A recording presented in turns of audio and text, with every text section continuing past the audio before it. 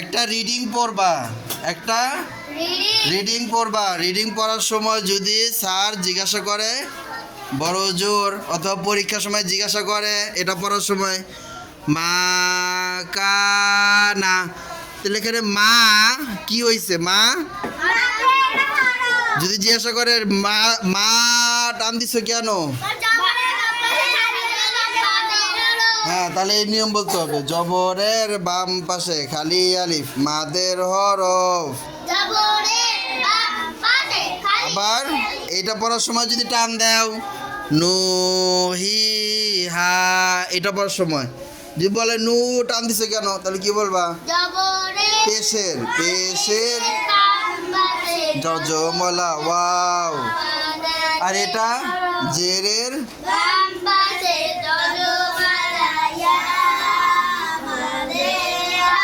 হ্যাঁ, এরকম করলে তাহলে বোঝা গেল পড়ার সাথে সাথে কি নিয়মও জানা হয়েছে, নিয়মও জানা হয়েছে। আর না হলে মনে হইব তোমরা খালি পড়ছো নিয়ম জানো না, পড়ছো নিয়ম জানো না, পড়ার ভিতরে নিয়ম জানো না, খালি মুখস্থ করছো আর পড়াও ঠিক মতো পড়ছো, কিন্তু পড়ার ভিতরে যে নিয়ম আছে ওটা জানো না।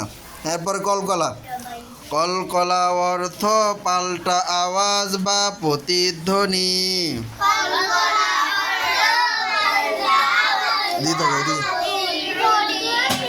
কলকলা হরফ 5টি, কফ ত বা জিম দাল।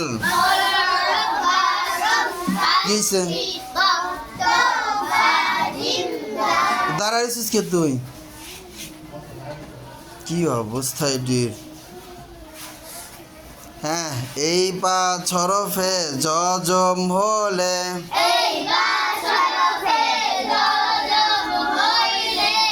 কলকলা করে পড়তে হয়। একজনও পড়ে নাই, 3 টেবিলের একজনও পড়ে নাই। যেমন আক আত। এখন তোমাকে স্যার বলল সূরা ইখলাস বলো, তুমি কি বলবা? কুলহু আল্লাহু আহাদ। এখন বলবো আহাদে কি হয়েছে? আহাদে কি নিয়ম? মাদ্দে আরেজি কাকে বলে?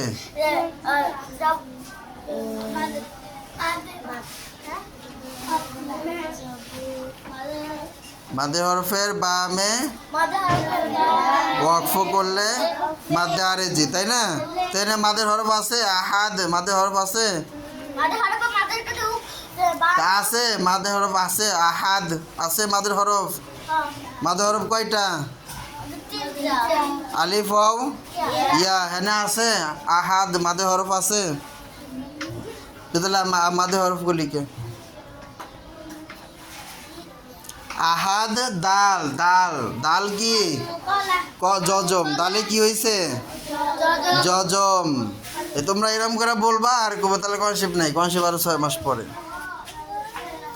বলতে হবে কি দাল কলকলা, দালে জজম হয়েছে তখন কলকলার নিয়ম বলতে হবে। কলকলা অর্থ পাল্টা আওয়াজ বা প্রতিধ্বনি। কলকলা হরফ 5টি, কফ ত বা জিম দাল। এই 5 হরফে জজম হলে কলকলা করে পড়তে হয়। যেমন আহাদ, যেমন আহাদ, তখন বলবো, তার মানে তুমি নিয়ম পারো। আর এরকম করে বলবা, পারবা না নিয়ম শেষ।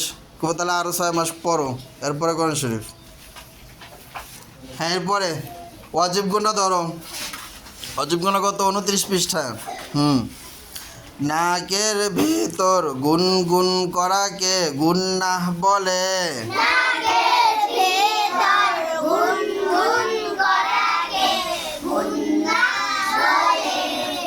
আবার পিটাই দেবো তোরা ওদিনের মতো। হ্যাঁ, ওয়াজিব গুনার হরফ 2টি, তাসদিদওয়ালা নুন, তাসদিদওয়ালা মিম। হরকতের বামে নুনে বা মিমে, তাসদিদ হলে গুন্না করে পড়াকে ওয়াজিব গুন্না বলে। গুন্না করে পড়াকে ওয়াজিব গুন্না বলে। আন্না আন্না এখানে ভিতরে হরকত কই? এই যে তোমরা পড়লা হরকতের বামে নুনে বা মিমে তাসদিদ হলে হরকত কোনটা? হরকত কোনটা? এই দুইজন পারলো মাত্র। এক জবর এক জের এক পেশি কি বলে? তাহলে পারো না কেন? বসে রয়েছে সবটি। হ্যাঁ, তাহলে এই যে জবর জবর হরকত জবর হরকতের বামে নুনে বা মিমে, এখানে কি নুনে আসছে তাই না? এখানে কিসে আসছে? নুনে। হরকতের বামে নুনে বা মিমে তাসদিদ হলে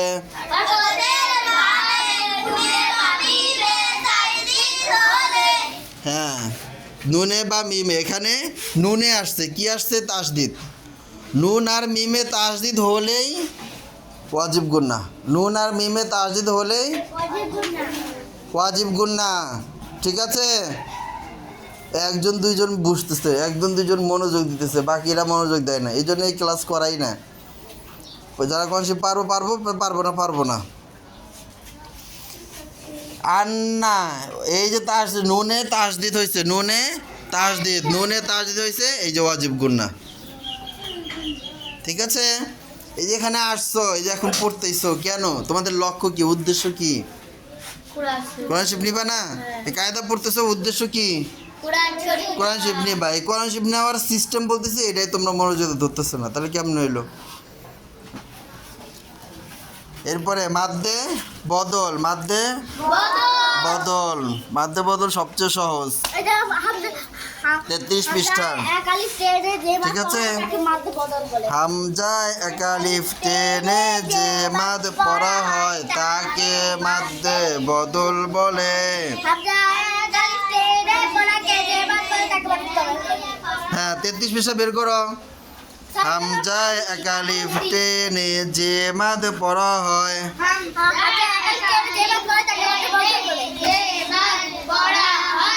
তাকে মাদ্দে বদল বলে।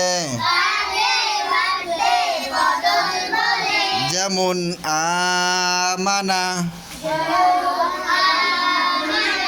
হ্যাঁ, এখন আমানা এটা কি রিডিং এর ভিতরে আসবে। তোমরা যখন রিডিং পড়বা তখন কি এই আমানাটা আসবে, তখন জিজ্ঞাসা করবে আমানা কি নিয়ম হয়েছে। তাহলে এখানে আমানা তোমরা যখন পড়বা নিয়ম কানুন, এই যে এইগুলো শেষ করার পরে আমি এই পাশ থেকে এই পর্যন্ত একটা লাইন দেবো, এই পাশ থেকে এই পর্যন্ত কি বড় লাইন দেব, তখন পড়া ধরবো আর জিজ্ঞাসা করবো কী নিয়ম, তখন সব বসে থাকবা, মনোযোগ দিয়ে ধরতেছে না। তাহলে আমানা এখানে কি হয়েছে? মাদ্দে মাদ্দে বদল, মাদ্দে বদল।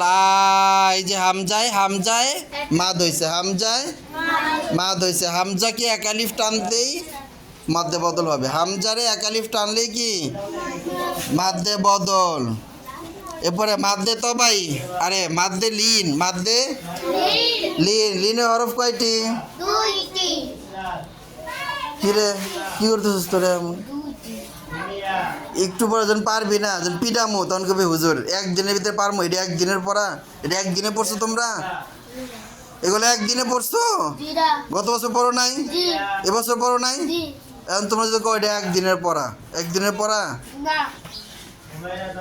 এই শেষ করার পরে জিজ্ঞাসা করবো, এই পাশ থেকে এই পাশে এক লাইন দিয়ে জিজ্ঞাসা করবো, তখন পারবা না, তখন মাইল, তখন কি হুজুরে একদিনের ভিতরে পিটায়। হ্যাঁ, তাহলে লিনে হরফ দুইটি, ওয়াও ইয়া, ওয়াও ইয়া। এই যে জবরের বাম পাশে ওয়াও, জবরের বাম পাশে কি লিনে হরফ, লিনে হরফের বামের হরফে, লিনে হরফের বামের হরফ মানে বাম হাত যেদিকে, বামের হরফ মানে বাম হাত যেদিকে, বাম পাশে লিনে হরফের বামের হরফে। দেখো বইয়ে কি আছে? লিনের হরফের বামের হরফে ওয়াকফ করলে, তাহলে লিনের হরফের এই বামের হরফে ওয়াকফ করো। ওয়াকফ মানে কি? থামা। ওয়াকফ মানে কি? হ্যাঁ, পরীক্ষায় প্রশ্ন আসবে ওয়াকফ কাকে বলে। কি আসবো? ওয়াকফ কাকে বলে? তখন তো ভাই এটা জীবনেও পড়ায় নাই হুজুর, এই জন্য পড়াইছি। ওয়াকফ মানে কি? ওয়াকফ মানে থামা। তা আমি এখানে থামবো। নাউম, নাউম, থামলাম না? এটার এই ওয়াকফ। এটার কি? আলহামদু লিল্লাহি রব্বিল আলামিন, তাই না? মিনে গিয়ে থামছো কেন? আলহামদুলিল্লাহ থামছো, লিল্লাহিতে থামছো, রব্বিলে থামছো, আলা মিনে গিয়ে থামছো, তাই না? এইটাকেই বলে ওয়াকফ। একটা লাইন পড়তে গেলে যেখানে থামবা ওইখানে কি? ওয়াকফ। বাংলায় একটা লাইন পড়লে যেখানে আমরা থামি ওটাই কি দিই? দাঁড়িয়ে দিই, তাই না? দাঁড়িয়ে দিই না? ওই রকম আরবিতে হলো ওয়াকফ। ওয়াকফ মানে থামা। তাহলে এই যে লিনে হরফ, জবরের বাম পাশে যজমলা ওয়াও, জবরের বাম পাশে লিনে হরফের পরে থামবো। নাউম, নাউম। হ্যাঁ, তাহলে এটা কি? লিনে হরফ। এটা কি? হ্যাঁ, মাদ্দে আরেজি। মাদ্দে আরেজি বের করো, 34 নম্বর পৃষ্ঠা। হ্যাঁ, মাদের হরফ বা মাদের হরকতের বামের হরফে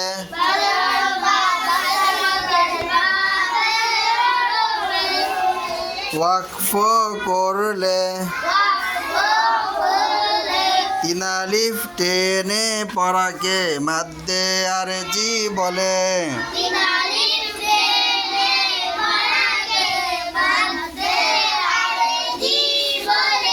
হ্যাঁ, এখন বোর্ডে দেখো, আমরা বইয়ের সাথে বোর্ডের সাথে মিলাবো। মাদের হরফ, এখানে মাদের হরফ আছে? আছে মাদের হরফ? ওই যে করতেছে। একজনের জিজ্ঞাসা করে, চাই না যে কারো লজ্জা দিতে, একজনের জিজ্ঞাসা করলে বলতে পারবো না। মাদে হরফ এখানে আছে? কি কি মাদে হরফ? এখানে মাদে হরফ কি? কেমনে আলিফ? মাদে হরফ আলিফ হয়েছে কেমনে?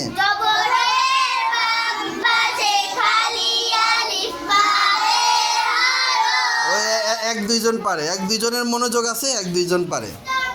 আর আগে বলছিলাম না, একটা ক্লাসে সবাই ডাক্তার হবে না, সবাই ইঞ্জিনিয়ার হবে না, সবাই কি ক্লাস শিক্ষক হবে না, সবাই শিক্ষক হবে না, সবাই কি এগুলো হবে না।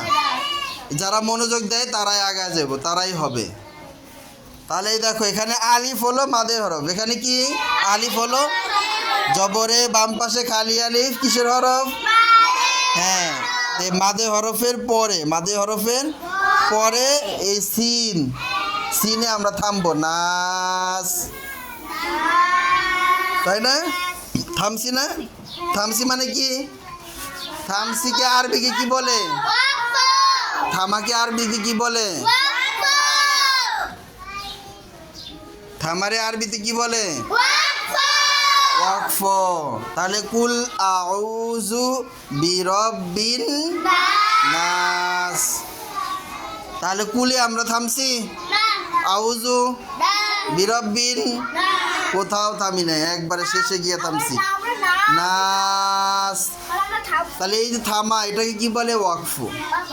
তাহলে এখানে কি হয়েছে? মাদ্দে আরেজি, যে মাদে হরফের পরে ওয়াকফ করলে তিন আলিফ টেনে পড়তে হবে, এটাই কি বলে? মাদ্দে আরেজি। ঠিক আছে? মাদের হরফ বা মাদে হরকতের বামের হরফে, বামের হরফ দেখছো? বামের হরফ, বামের হরফ মানে, বামের হরফ মানে কি?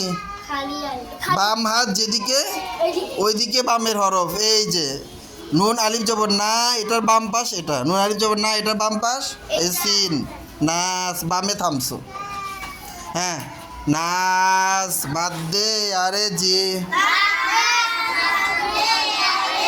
হ্যাঁ, মাদ্দে মুনফাসিল, মাদ্দে মুনফাসিল একবার বই থেকে পড়ো, বই দেখো।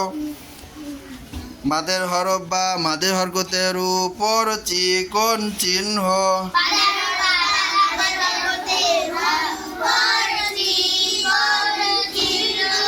পারিয়া তো মুখ খোলেই নাই।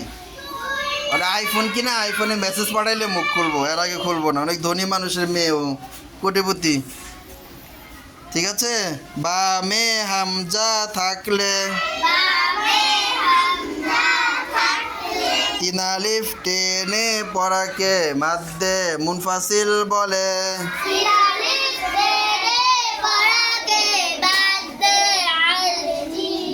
মাদ্দে মুনফাসিল বলে। এবার দেখো মাদের হরফ, এখানে কি মাদের হরফ? মা আগ না, এখানে মাদের হরফ কোনটা?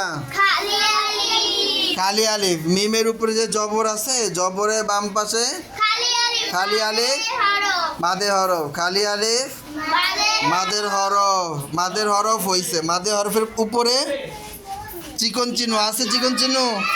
বামে হামজা আছে, বামে হামজা। তাহলে মাদে হরফ বা মাদে হরকতের বামে উপরে চিকন চিহ্ন, বামে হামজা। বামে হামজা আছে, হ্যাঁ। তাহলে কি হয়েছে? মাদ্দে মুনফাসিল। এভাবে একটা লাইন থাকবে, তখন তোমাকে জিজ্ঞাসা করবে। যদি সেই নিয়ম কারণগুলো বলতে পারো তাহলে কনসেপ্ট দিব। ইচ্ছা আছে কনসেপ্ট নেওয়ার ইচ্ছা আছে? কনসেপ্ট নেওয়ার ইচ্ছা আছে না টিফিন টাইমে চিপস ফুচকা খাওয়ার ইচ্ছা আছে? কনসেপ্ট নেওয়ার ইচ্ছা? তাহলে এই নিয়ম কানুনগুলো ঠিক মতো পড়তে হইব।